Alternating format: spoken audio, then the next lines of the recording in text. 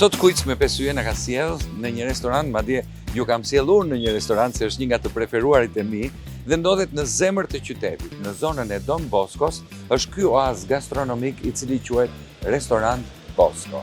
Aty ku toka dhe deti bashkohen në një pjatë. Ka vetëm 2 vite hapur ky restorant nga shefja ekzekutive e gatimit Albana Dulellari, e specializuar në shkollat më të famshme ndërkombëtare për kuzhinën dhe si quhet Bosko.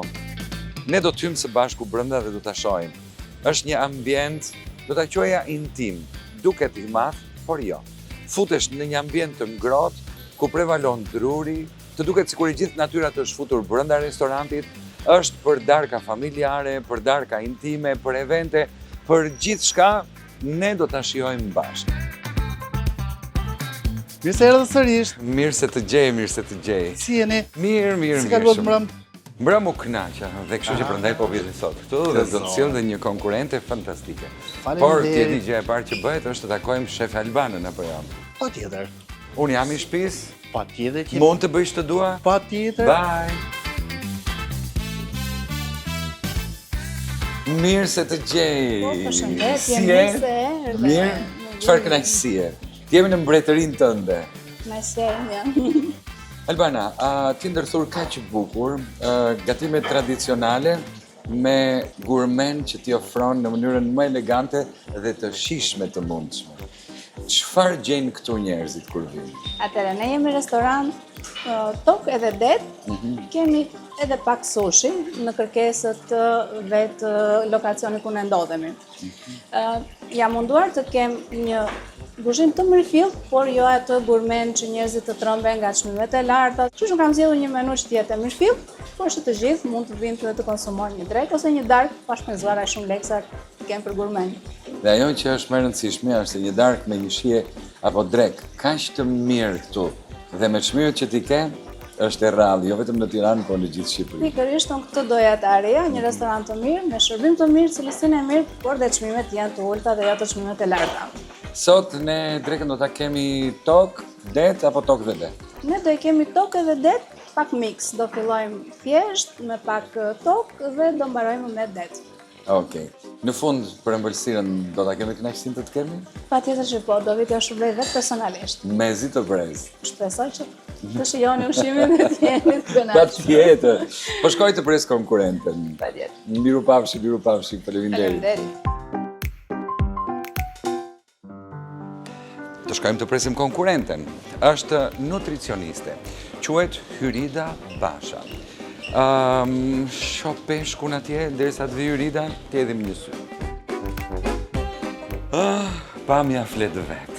Dhe këto kur gatuojnë, madje bëjnë edhe sushi, se këtu në menu kanë futur edhe sushi. Ardit nuk e pyeta vetëm fare se ku do t'jesh, se e dija që do të gjendesh këtu. Është e vërtet. Jemi gati për të ngrënë? Për të ngrënë apo për kujt? Ne jemi për t'u argëtuar, për t'u kënaqur, edhe patjetër pse jo për të ngrënë.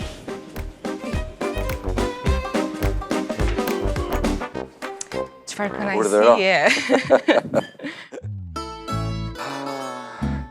Ti ke qenë këtu më parë? Sigurisht, unë duke patur një profesion shumë të lidhur me ushqimin, gjithmonë jam gjuetar i restoranteve që gatuajnë freskët edhe me cilësi. Kështu që Bosko patjetër që do të ishte zgjedhja ime. Ke qenë më shumë në drek apo në darkë? I kam provuar të dyja sepse ne dietologët i kemi 5 tavakte të rëndësishme, kështu që si dreka dhe darka ka qenë një ndër provat e mia të para. Po pse kam 7 vakte? Sepse do ta hash shpesh pak dhe me cilësi. Okej. Pak, ajo fjala pak. Aq. Okej. Ndërkohë, mua më pëlqen shumë dhe në mbrëmje këtu, sepse ndriçimi që është ndriçimi ngrohtë që kanë përdorur me gjithë ngjyrat e tokës, edhe me mandin që na vjen mirë se të gjej birë shumë. Mirë. Mandi, ujin dhe verën, të lutem. Patjetër. Janë 3 menu, 1, 2, 3. Unë numër fati kam 3-shin, kështu që po kaloj te 3. Thank you. Faleminderit. Si e me quizet? Po e provojmë. Ku je më shumë e fortë? Gjithmonë tek fusha e mjekësisë, ndoshta natyra, edhe gjeografia nuk është keq, por nëse do merrja ndonjë trofe do ishte patjetër tek shëndeti. Okej. Fillojmë një herë. Fillojmë? Raundi i parë.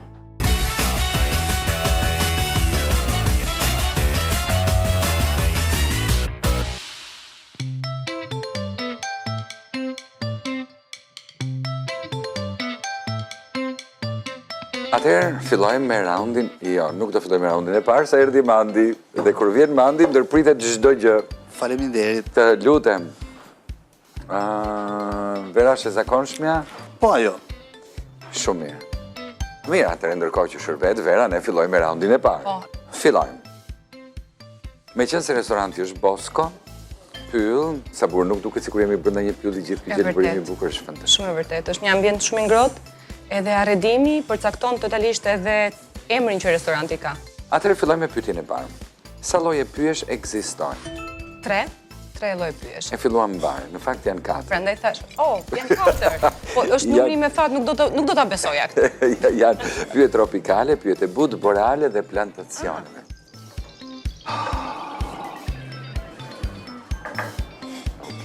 Pa të gjalpin, si gjalpi nga dietologja, mund të ma spjegosh? Po. Han dietologët gjalp? Han dietologët gjëra të mira? Në fakt dietologët hanë gjëra të mira dhe gjalpi është një ndërto, sepse e dim që është i pasur me vitaminë D, omega 3, 6, edhe pa diskutim ka yndyrna të shëndetshme që janë të rëndësishme për zhvillimin tonë. Këtere, këtu kemi zazikin, patlıxhanin e ty mosur, me pak spec, ke edhe tiro kafeterin, që është kremi i djathit dhe speci kuq pikant. Bukur, pa gjalpi me çfarë? Gjalpi është me rozmarin dhe pak mente. Dhe ollind special. Ollind e berat. Bukën e bëni vetë? Bukën pa tjetër. Faleminderit Mandi, Të bëmi. ndërkohë ne vazhdojmë. Faleminderit. Vazhdojmë njerë me pyetjet shpejt e shpejt, marrim sa lekë dhe pastaj. Pastaj shijojmë. Sa përqind të sipërfaqes së tokës mbulojnë pyje? Me përqindje ndoshta nuk mund të jeme sakt, por po themi rreth 1/3 nëse Sakt. themi raportin. Si quhen ndryshe pyet për planetin? Moshkrit, prodhues të oksigjenit. Ku ndodhet pylli i zhytur në liçenin Kandy? Do ta mësoj tani. Në Kazakistan. Oh. Okej. Po shumë i famshëm, ndaj. Kush është pylli më i madh në botë? Amazon. Amazona. Dhe erdhi një pjatë tjetër. Kjo është pjatë e parë. Kjo është sallatë spinaqi. Djathë e alumi, sheg, panxar, arab, baby rugola, E si ka emrin kjo pjatë? sallatë spinaqi. Jo. E ka HTH. Po, Okej. Vazhdoj me pyetjet. patjetër. Sa përqind të oksigjenit në botë prodhon Amazona? Më futen në matematika erdit, ndoshta besoj është mirë nëse unë them një interval, që nuk do të më zbresi para të S'ka besoj. problem. Atëherë rreth 20-25%. 20%, sakt. Shteti që ka më shumë pyje në sipërfaqen e tij është? E sigur që pa e dëgjuar ose pa e ditur, më parë do kisha thënë ndonjë Afrikë, por e di shumë mirë që është Rusia, për hir të sipërfaqes madhe që ka si shtet. Cila kafshë është simboli i pyjeve tropikale? Do të jetë në një tigër, ku të gjë.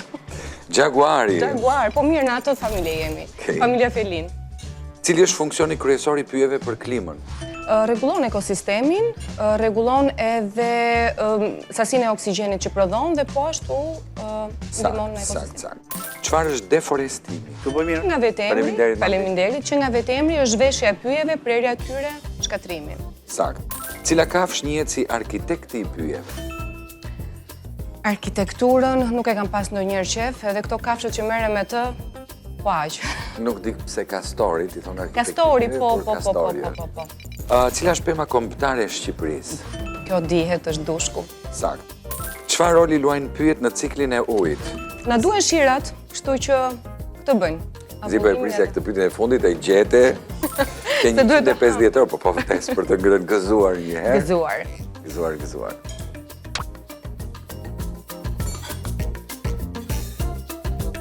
Dhe le ta shijojmë. Po. Po të fillojmë me sallatën, nuk do ha bukën me gjalpin. Po si mund ta lë pak ngrënë? Jo, fillojmë nga buka me gjalpin, me pak ullinë, gjithmonë pak, kemi thënë, dhe pastaj e shijojmë tërësisht gjithë sallatën. Okej. Oba. Këtu kemi një pjatë super të pasur, ardit përveç se të bukur, edhe qëndrojmë tek shpreha Hani Ylberin, sepse çdo ngjyrë ka fjalët e saj dhe vetitë e saj. Kështu që ky është një kombinim ideal për këtë sezon vjeshte, ku na duhet forcimi i imunitetit. E njeh shef Albanën? Po, sigurisht, Albana është një ndër shefet e kuzhinës që karakterizon me stilin e saj, edhe pa diskutim që nuk mund të mbetej pa u dëgjuar si emër, edhe në veshin tim. shikoj që unë të mbledh mendjen, do marrësh pak nga këto? Po marr. Edhe pastaj, jo, merr sa të duash. Fjala është pak për të thënë që merr sa të duash, shumë pak. Po tjetën e dua unë. Dhe pastaj të ta marr përpara dhe të shpëtoj. Vërtet? Po, po. Po jemi gati për raundin e dytë.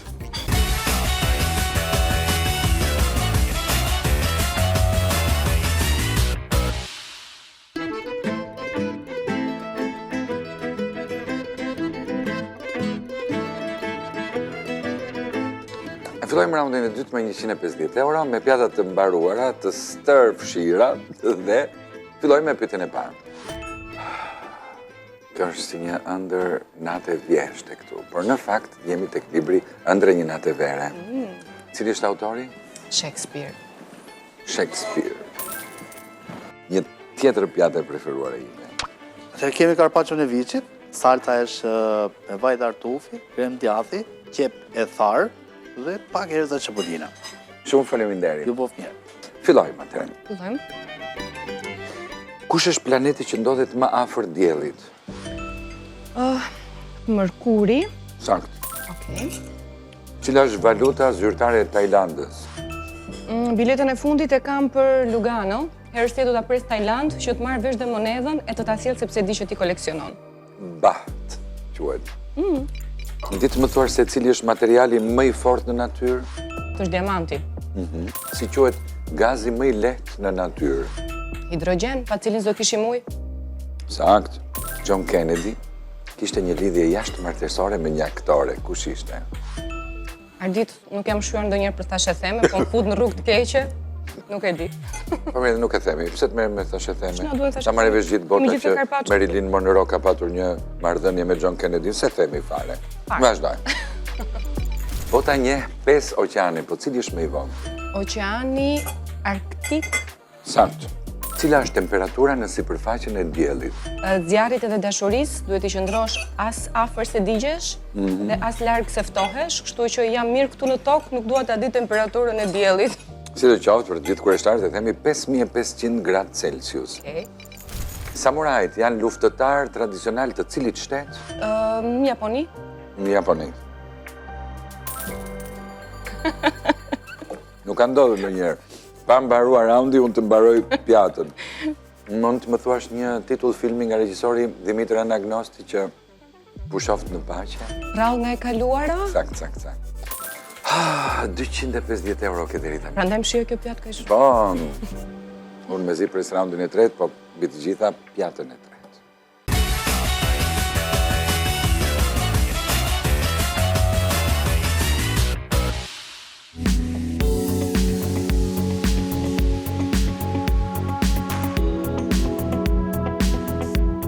Fillojmë raundin e tretë. Kemi 250 euro dhe do ta nisim me një video. Të lutem e sheh pak. Ky objekt vjen nga viti 1830 dhe ruhet ende edhe sot. Por çfarë përfaqëson? Një libër që krijon iluzione vizuale në 3D, një manual për të komunikuar me shpirtrat dhe fenomenet paranormale, një udhëzues për të ndërtuar makinën fluturuese, apo një libër me data dhe ngjarje të parashikueshme që do të ndodhin. Po shkoj me B. Me B. Ky libër quhet Pop-up Book dhe në të vërtetë tregon idenë e realitetit virtual në vitin 1830. Në librat pop-up të kohës, autorët shpesh krijonin iluzione vizuale tridimensionale. Kjo është nga format më të hershme me ide moderne e realitetit virtual, por në letër dhe pa teknologji digjitale. Shumë e çuditshme. Kalojmë tek një foto. Kjo foto është bërë në Kanada, siç edhe sheh, janë veshje të cilat janë varur në pemë të rrugës. Si mendon, pse e bëjnë kanadezët këtë gjë? Si një performancë artistike që simbolizon ndryshimin e stinëve, e bëjnë në çdo 12 nëntor në kujtim të fëmijëve të dhunuar, i vendosin për t'i marrë ata që kanë nevojë për rrobat, apo për një konkurs mode në natyrë që është organizuar nga komuniteti. Evente sensibilizuese ndoshta, nuk di, mendoj që do t'jetë B. B. Në përparqe dhe rrugë të qytetit, pemët shndrojnë në dollap të përbashkët, ku njerëzit në rrobat e ngrohta që të tjerët i marrin lirisht. Ja dhe një dollap i ngrohtë këtu. Çfarë ka këtu brenda? Kjo është ravioli me ricotta spinaq, krem djathi pecorino dhe pistakjo. Ndërkohë që mjeshtri në ndanë raviolit, se mos i numëron gabim. A do e thoj? Ndërkohë, shiko, bëj një gjë. Shojmë një video, faleminderit. Do po firë. Kjo është diga e 3 grykave, hidrocentrali më i madh në botë, i vendosur në Kin në lumin Janssen. Është 2.3 km i gjatë dhe 185 metra i lartë. U ndërtua për të gjeneruar energji elektrike dhe për të përmirësuar lundrimin, por sipas shkencëtarëve, kjo digë ka ndikuar në A. Ka ngadalësuar pak rrotullimin e tokës, ka zvogëluar prodhimin e energjisë elektrike në rajon, ka përmbytur tërësisht qytetin përreth, apo ka zhvendosur tërësisht boshtin e tokës. E para më duket disi e pamundur, e dyta më ngjan antagoniste me qëllimin për cilin është krijuar, por Sakt. asnjëherë s'ka çudi. E katërta për mua është e pa diskutuar jo.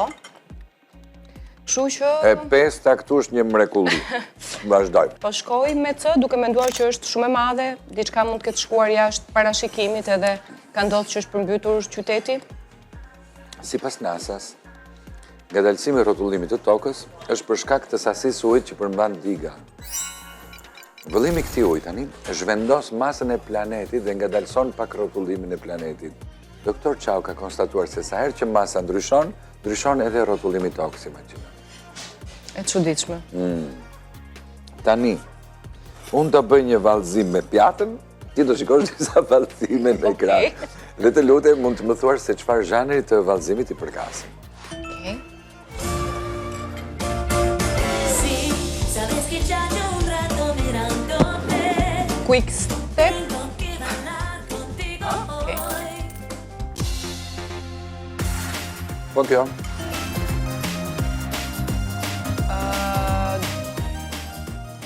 Jive. Edhe mund të ishe menduar pak sa të mbarajon të pjatën. S'ka gjë, dhe Okej, ja të mendojmë të tjetra. Jo, s'ka gjë, s'ka gjë. Inshallah ta po kem të në vështirë. Rëndësika mos më kërkosh ti kërcej. Po ku qëlloj me këtë muzikë ky kërcim me pjatën i thonë kësaj. Vazhdojmë me të tretën.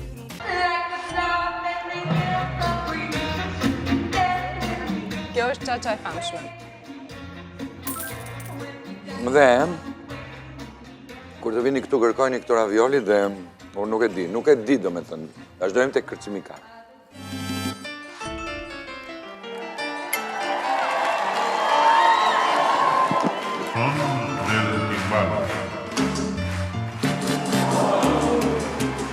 Ky kërcim është bërë viral. Nuk ka njeri në botë që nuk e nje. E ke parë besoj, po? Patjetër. Tani, duke parë zonjën në një moshë relativisht Të re.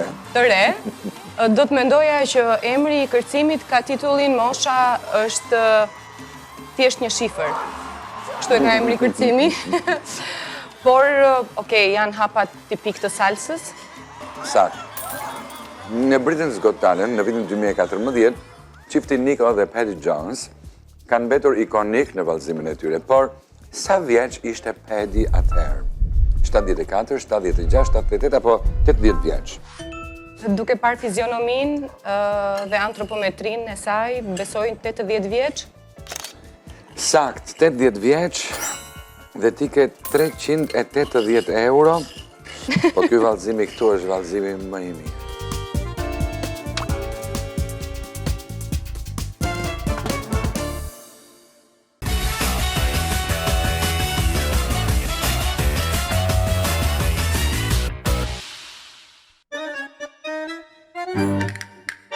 Dhe pas kësaj hapësire publicitare, e fillojmë raundin me 380 euro. Dhe le të kujtojmë që jemi në restorant Bosco, në zemër të Dom Boskos me Hyridën, ku shefi Albana uroj që të paktën të na sjelli ëmbëlsirën ose në një gjë tjetër. Po, Që dhe ta një mbështirë e përshëndesh. shëndetshme, po. Okej.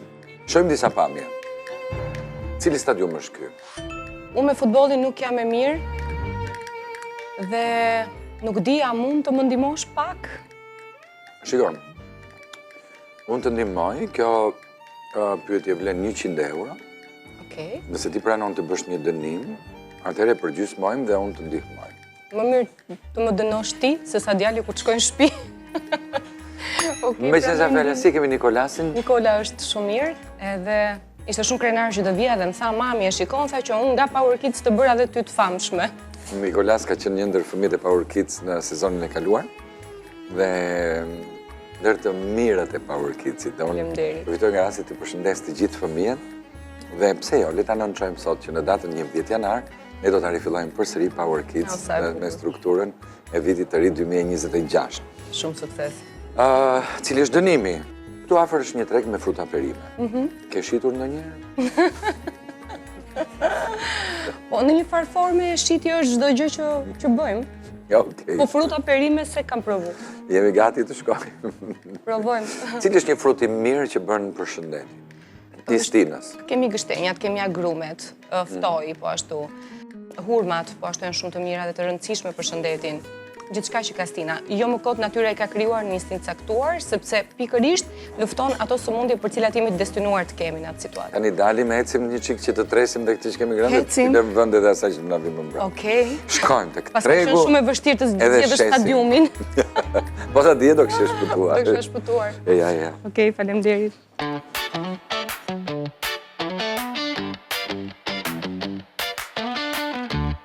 Apo që nga ngjitur fare. Po.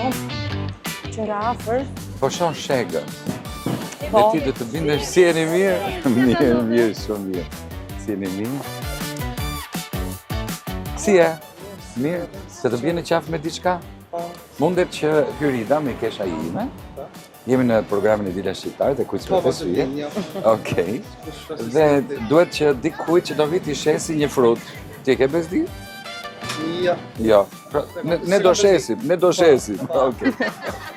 Atëherë, po se erdhi njeri, vetëm se do shkojnë kamerat dhe s'vjen njeri, po si kur të futemi të fshihemi aty brenda. Hajde bëjmë si klient. Edhe kur të vinë një paf, Hyrida afrohet. Okej, ashtu e bëjmë se ndoshta nuk afrohen nga kamera. Përshëndetje. Do blini fruta?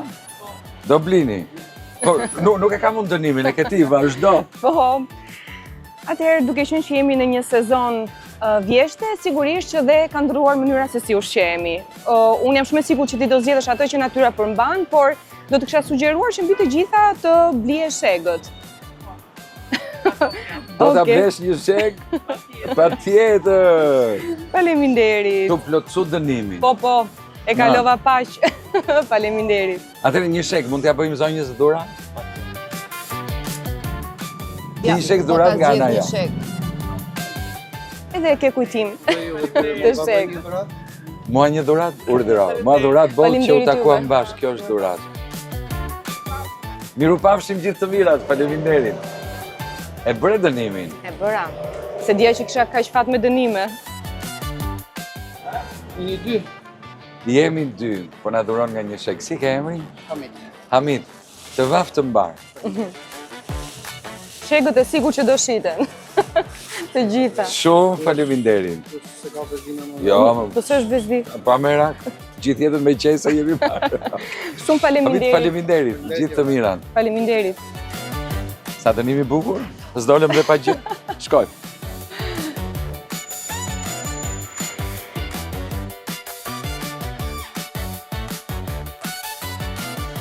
Atëre pam stadiumin Po. dhe ky stadium ose është i San Siros në Milano, ose Olimpico në Rom. Si duket nga pamja? Shikon që pamja rreth Romës. Të duk pak si Roma, po si Milano ato pamjet jashtë stadiumit. Si Milano, më shumë? Sakt. Është San Siro në Milano, ose Giuseppe Meazza. Se San Siro është komuna ku është i vendosur stadiumi. Pas gati 12 orësh debate, Këshilli i Qytetit të Milanos ka miratuar në 30 shtator rezolutën për të shitur stadiumin San Siro tek Interi dhe tek Milani. Rezoluta u miratua me 24 vota pro, 20 kundër dhe asnjë abstenim. Tani çfarë pritet të ndodhë me stadiumin më antik të Italisë me Inter dhe Milan? Ta ruajnë stadiumin dhe ta shpallin monument historik, ta shndrojnë në një qendër kulturore dhe muze sportiv, ta shëmbin, apo ta rikonstruktojnë dhe ta zgjerojnë. Duke folur për Italinë dhe kulturën që kanë mbi monumentet e veta, Ne flasim pak për dhe Salmoni. një filetu salmoni këtu. Pa. Ja na e për para, mos u la. Urdhëro. Jo, të lutem. Po, Faleminderit. se cilët të vetë, Logës. dakord? Pse na ndrove fati, se ajo ishte andej, kjo ishte këtej. Mbase më duhet mua fati, Edhe për të sa gjetur Fati i, okej, po, pa tjetër. Hajde, Kjo gjithë është një pjatë e shëndetshme. Filetë salmoni dhe pjeku me salsë teriyaki, fara susami, spinaq sote, rrensë linoje, shkremi, asparak, avokado dhe tobigo. Shumë Ju faleminderit. bof mirë. Faleminderit. Dhe po thoje, Dhe po thoja që mendoj se duke qenë që do duan ta ruajnë, mendoj që dhe do duhet ta rikonstruktojnë dhe ta zgjerojnë. Dhe po shkoj me këtë përgjigje, uroj të jem saktë. okej, kam një propozim. Ta shëmbim dhe ne këtë salmonin, Thua ta shëmbi Italia? rezolutën Këshilli i Qytetit, po u ashet stadiumin dhe zonat rreth klubeve për 197 milion euro, për t'i lejuar atyre të ndërtojnë një stadium të Të ri. ri. Qartë. Dërsa San Siro ikonik do të shëmbe. Me thënë shega nuk ishte fruti me fat sot. Është me fata i salmon. Okej. Ndërkohë do të shikojmë një video tjetër. Kjo është një shpike e fizikantit gjerman Heinrich Rubens në vitin 1905. Si mendon për çfarë ka shërbyer ky tub? Për të gatuar ushqime me flak, për të demonstruar valët akustike dhe presionin e zërit, për të matur shpejtësinë e dritës apo për të filtruar gazrat toksik? Si mendon? Kjo flaka më jep imazhin e valve duke parë në montazhe, në televizion her pas here ky simboli i ulje ngritjeve të valve akustike. Po them B, mbase po imagjinoj shumë, po them B. Tubi Rubensi, i njohur gjithashtu si tubi me valë të qëndrueshme flake, është një pajisje fizike për të demonstruar valët akustike të qëndrueshme brenda një tubi si një osciloskop primitiv.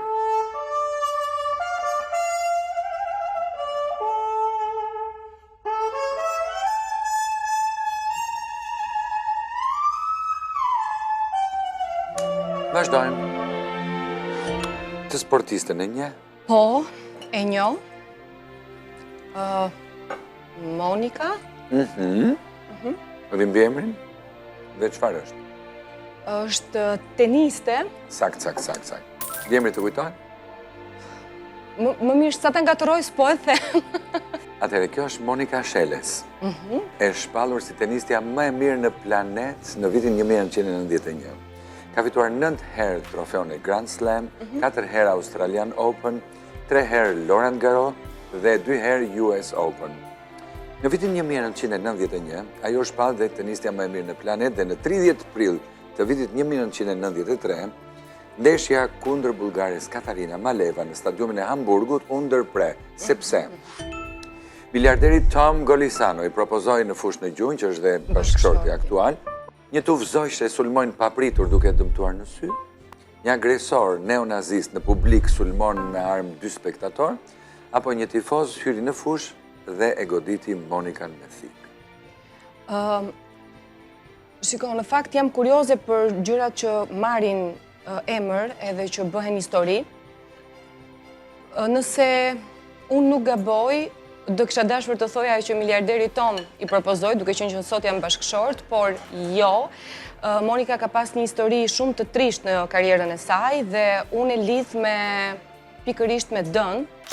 Dhe është e vërtet. Gjatë ndeshjes në stadiumin Rothenbaum, gjatë një pushimi me seteve, shikoj pak, një thikë ju ngul në shpinë. Bë shumë virale dhe pse... Autori ishte Günther Park, një fans i Steffi Graf, pra kundërshtarës së saj, e ndoqi Monikën nga hoteli në stadium, dhe për 2 vite Monika nuk luajti më. Në vitin 1995, ajo rikthehet triumfuese, duke fituar Grand Slam të saj të 9 në karrierë. Dhe është simboli i shprehjes çfarë nuk na vret na bën më të fortë. E vërtet. Do të kalojmë tek natyra dhe tek mrekullitë e saj, bimët, kafshët, insektet, që bëjmë planetin aq të bukur ku ne jetojmë. Dhe pikërisht për një nga insektet që na rrethon, që dhe ka një rol shumë të rëndësishëm, Einstein i ka thënë: nëse një ditë ky insekt do të zhduket, njerëzimi do t'i vi fundi vetëm 4 vite më pas. Për cilin insekt e ka fjalën? Është insekti për të cilin asnjëherë nuk thuhet ngordhi, por thuhet vdiq, dhe është kryesor për ekosistemin dhe është bleta, e cila nuk ofron vetëm mjaltin.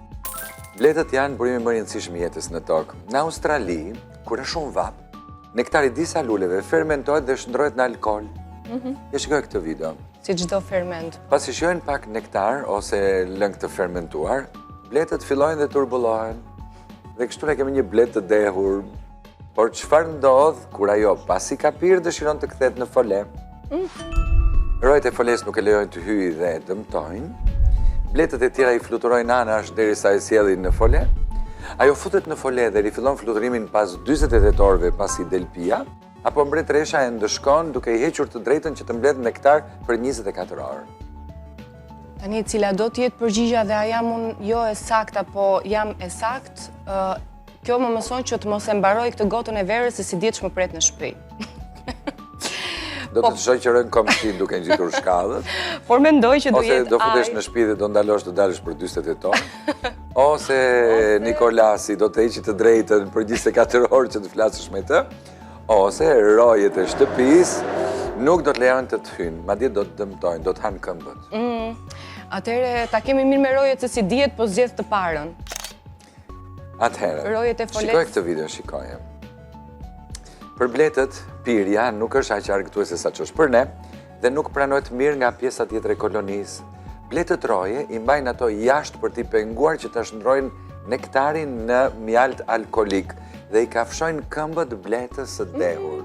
Kështu bletët roje i kujton dhe bletëve të tjera që të mos largohen kurrë nga detyra dhe të mos dehen. Kështu që e gjeta, ha? E gjete. Tani do kemi pak muzikë, po muzikë po të veçantë. Ta dëgjojmë këtë melodi vetëm si kolon zanore me vëmendje.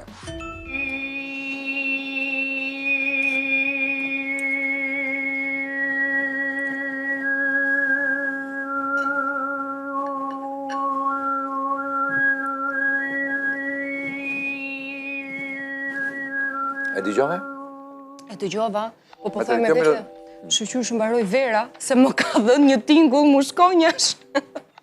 Atëherë, kjo melodi ekzekutohet nga dy këngëtare, Vesh më një këngëtare dhe një instrument, dy instrumenta, apo vetëm një këngëtare. Jam ndërmjet dy këngëtarëve dhe bës. Një këngëtare dhe një instrument. Po, sepse zëri fillestar më duket sikur është një vokal njerëzor që dhe pastaj ajo më ngjan si një fyell, me aq sa mund të di unë nga. Po le të gaboj nëse bë.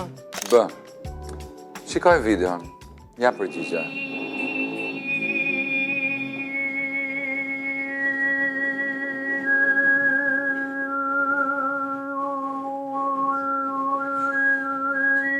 Është i njëjti person? Kjo është Anne-Marie Hethele, një këngëtare gjermane me overtone. Është lindur në vitin 1989, ka fituar vëmendje globale në vitin 2014 përmes kësaj video virale që tregon aftësinë e saj për të kënduar dy nota njëkohësisht duke përdorur një teknikë të rrallë vokale që quhet këndim me overtone. Bravo! Pyetja e radhës, Jacob Zuma, ish presidenti i Afrikës së Jugut, ka qëndruar në atë post nga maj i vitit 2009 deri në shkurt të vitit 2018. Ai mbahet mend në fjalimin e tij inaugurues si president, pasi pati vështirësi të thoshte shprehjen "in the beginning", "talking friendly", "firing the fear", apo "obviously expanding". Do thoja alternativa D, por edhe C-ja më tundon. Po them C. C. Ja ta shikoj. In the beginning. E pas ka nis keq në fillim, domethënë. In the beginning. Ini, u kënaqëm duke ngrënë, por me ini, beginning, i bëri 620 euro. Okej. Dhe do kalojmë tek raundi i fundit. Bëjmë gëzuar Gëzuar, po. dhe le ta shijojmë këtë album fantastik.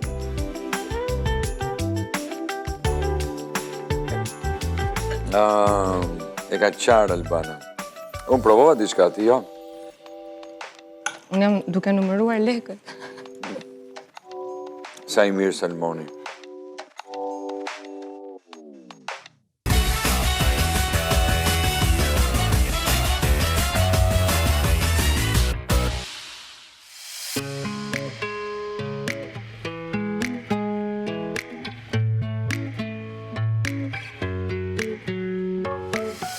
Fillojmë raundin e fundit. Ëmbëlsira në fund. Jo vetëm për kuicin, por edhe për ëmbëlsiren që presim nga vitani që urojt nga sjelli shefe Albana. Si ke marrëdhëniet me udhëtime? Të pëlqen? Të mira, më pëlqejnë.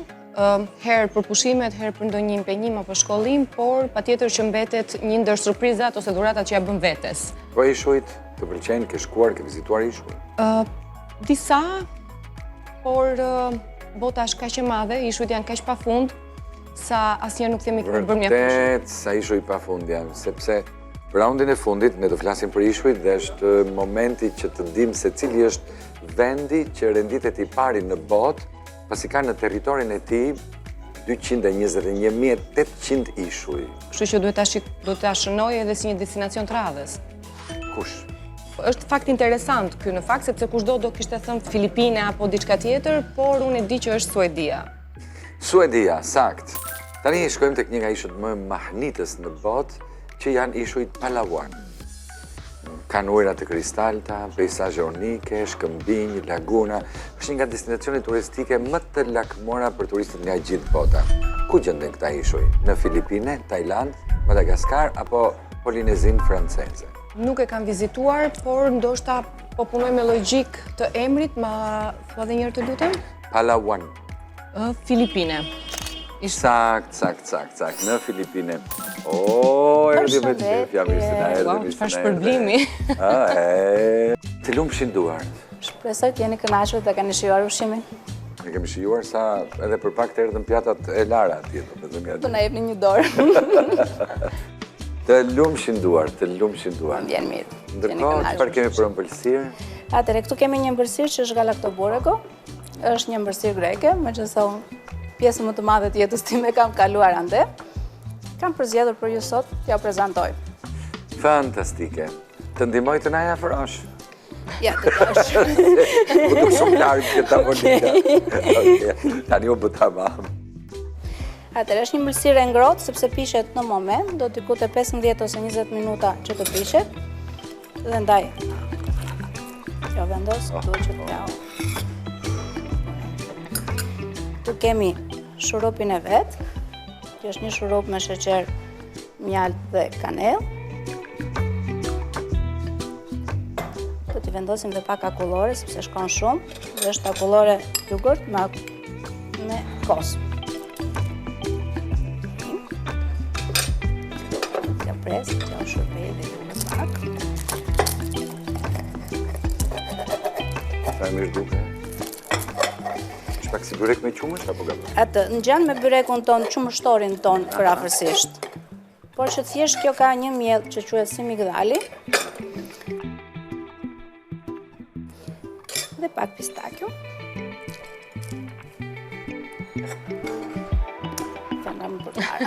Patjetër se djali merr gjitha të pjatët, mos u, jo, pse lëre ashtu siç është.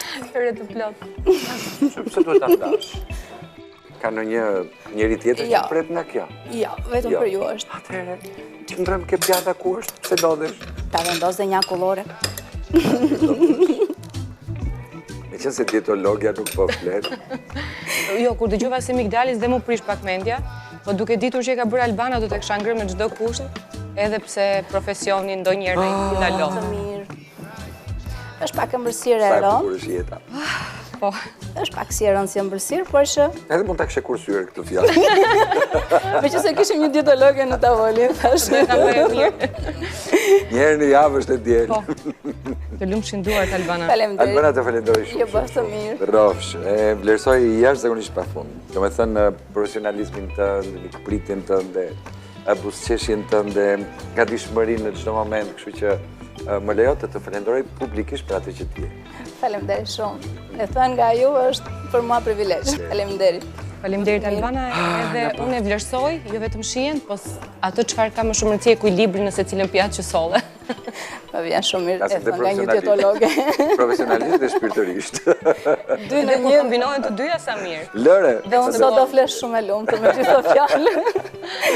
Faleminderit, Faleminderit faleminderit shumë. shumë. Faleminderit. Faleminderit.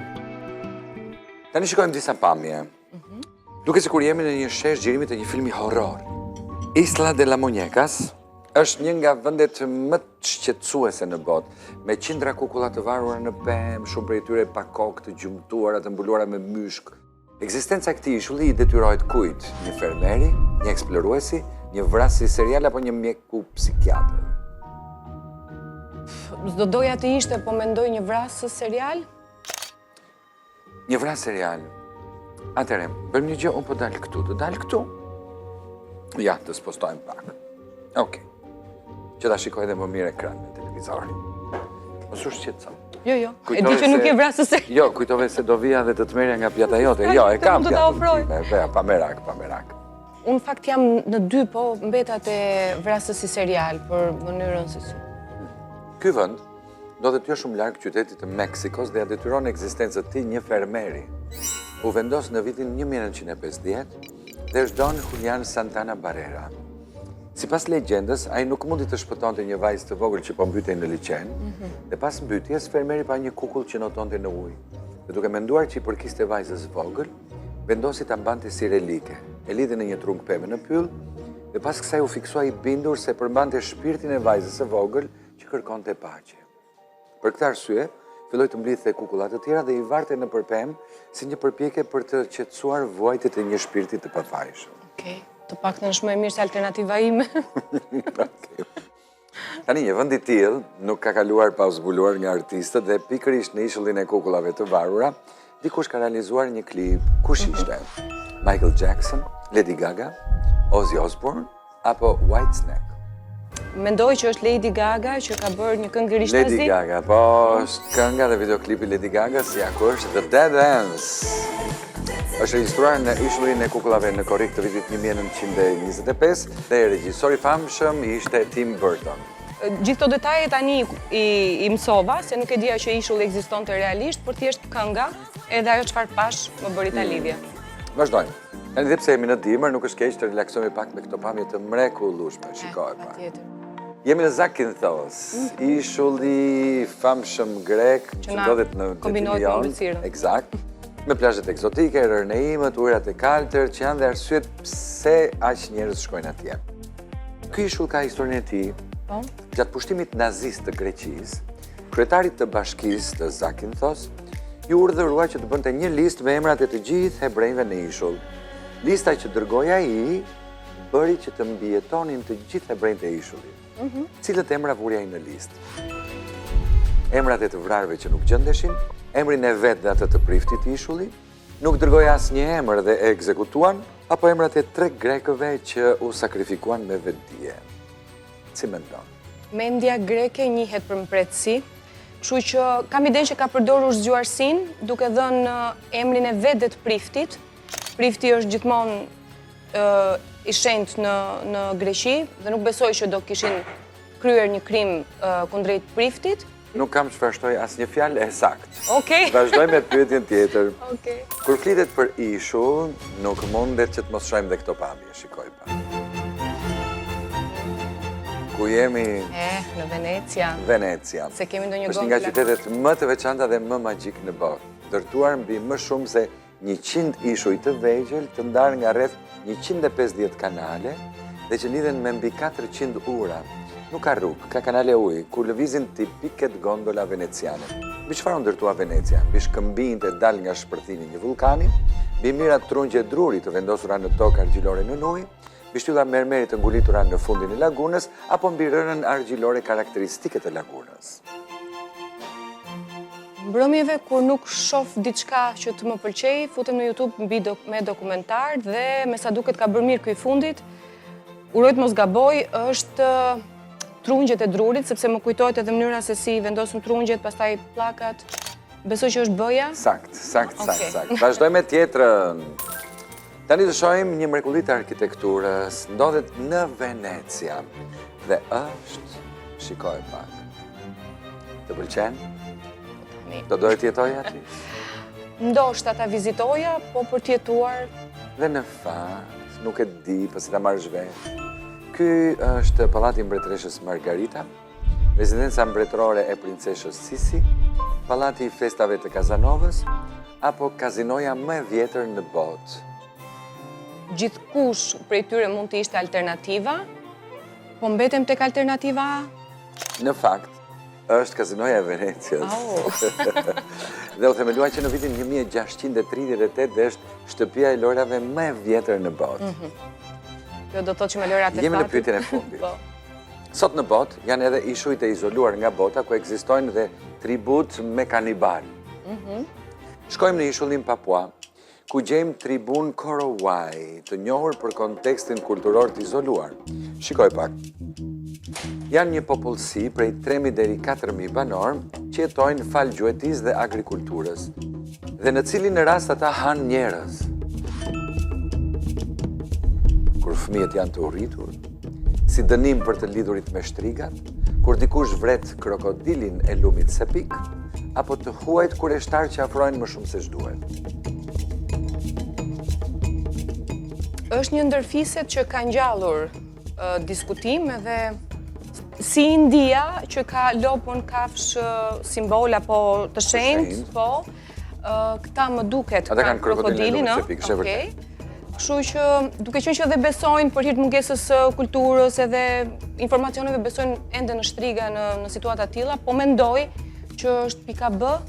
Kur antarët e fisit Korowai besojnë se disa të ashtu quajtura shtriga ose shtrigan mund të shkaktojnë vdekjen e dikujt tjetër për shkak të ritualeve apo energjive të këqija, e vrasin dhe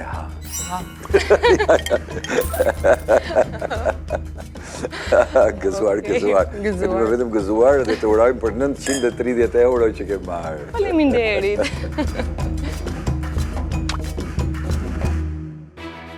Ja ku erdhi dhe shefja. Duar plot. Çfarë kënaqësie që të sjellën lek. E që një shpejt dikur në televizor. Zarfin apo dhuratat? E di, zarfin. Ne morëm dhuratat edhe zarfin. Ja sot dolëm me të gjitha. Ja dorëzojmë. Po, urdhëro. E gjitha për ty. Shumë faleminderit, po në Urdhëro. fakt gjërat e bukura ndahen me miq, kështu që do të jetë përsëri një ritakim tu në Boston. Patjetër, unë do ta mbaj si kujtim. Mund ta marr me vetë? Patjetër që po. Thank you. Të falenderoj shumë. Faleminderit. Faleminderit. Atëherë edhe një herë. Jemi në restorant Bosco, tokë dhe det. Mrekullin ju e pat vetë, dhe pse them e pat, se nuk mjafton, duhet vini ta shijoni. Falenderojmë shef Albanën. Faleminderit ju dhe më vjen që Hyrida. jenë kënaqur. Faleminderit. Dhe nga zemra e Dom Boskos, pra zonës së Dom Boskos në Tiranë, unë ju le takim në javën e ardhshme. Miru pafshim pak publicitet, vazhdoni Dila Shqiptare.